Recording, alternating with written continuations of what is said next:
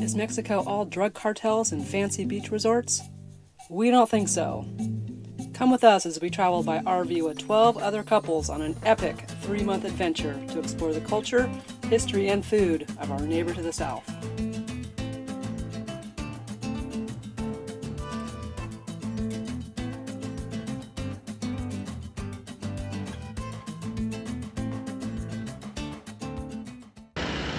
Oh boy, alright, we got to Villahermosa. We're staying kind of at a big field. It's actually was a campground at one point. It's at a water park. We didn't stay here last time going south because the ground was so bad. After some raining, it was too soft, and even today, the first pickup truck with a camper on it that came through here left a big, huge divot over there. So we had to be careful kind of coming in through here. So there's actually no power. I'll put the name of it below. No power and water here, and it is hot today. It's 90 degrees and no AC whatsoever. So we're gonna go on a tour here in a few minutes, and Rhonda's gonna stay back. Hey, I offered, but she's gonna stay back with the dog so the door can be open and fans going and make sure everything's good there. They're all doing all right so far. So you know, we've been able to manage with these high temperatures and the humidity as long as we got lots of fans going. So far so good. All right, so getting ready to do the Olmec Heads. Now these are colossal heads. There's 17 total. The Olmec people were believed to have existed between like 1500 BC to about 400 BC, and the heads around 900 BC. They're made out of basalt, and they're believed to be carved from, or show basically their rulers at the time. They were really the first Mesoamerican civilization in this area, very adept artisans and traders. So this little area of Villahermosa in the state of Tabasco, you know, is very proud that they have a couple of these heads, and there's others at the Anthropology Museum and other museums. So let's go do that and hopefully sit in an air-conditioned van for a little bit in an air-conditioned museum. Yeah, that sounded pretty good right now.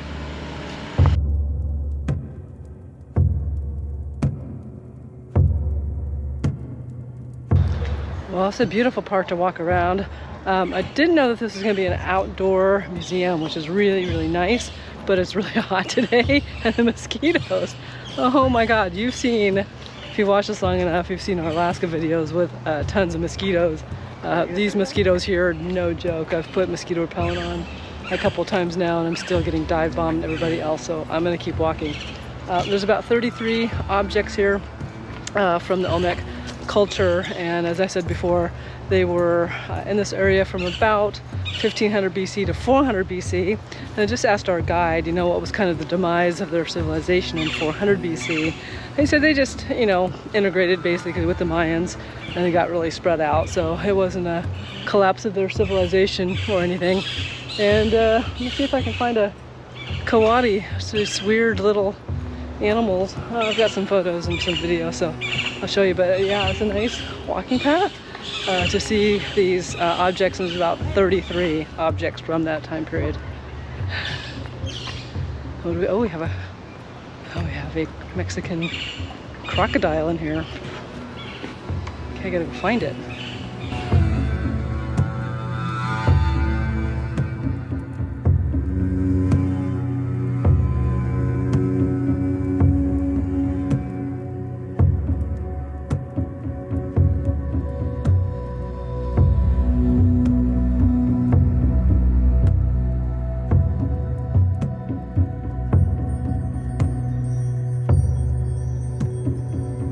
My name is Raul, and we say I make chocolate, cacao, and also I am an English speaker guy. Welcome to Mexico. Welcome to Tabasco, to see La Venta Museum Park. Muchas gracias, Raul. Thank you. Bye bye. Bye bye.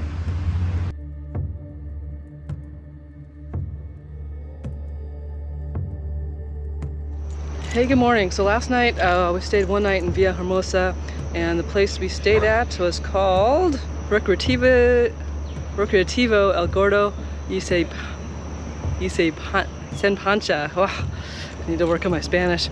Anyway, pretty rough. So it's actually a water park with an RV park. No power. There's actually power pedestals, but the power was not turned on. There's no water. So pretty rough spot, just perfect for one night though. Wouldn't want to stay any longer. The main reason is the mosquitoes are so bad here. Oh my God, I know I said that earlier. But we are leaving. We're actually going to an orphanage today, and we're going to spend a couple nights there, which would be really cool. We're going to raise some money for them, and then we're going to keep our rigs there and then go on to San Cristobal. And so that'll be a lot of fun, and hopefully Sumadera Canyon and a couple other really cool things in that area.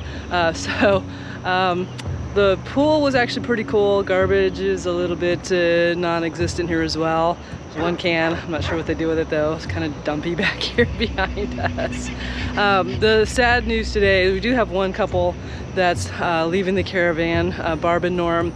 They're in their 80s. It's been a little rough for them just because this is more dry camping than I think they thought it was going to be. It was over 90 degrees yesterday, and you know, of course, the Class A's and the Class B pluses all have, you know, onboard generators. They can run their ACs, but the rest of us with trailers don't, and our Honda is still not running our AC even with the soft start. So yeah, it was hot last night, and it's gotten to be a little bit too much for them. The lack of air conditioning, lack of services.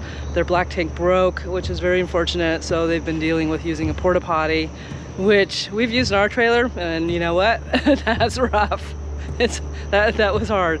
So anyway, we've got kind of a long driving day, probably 5-6 hours, possibly longer by the time we get to our actual destination. So see you down the road.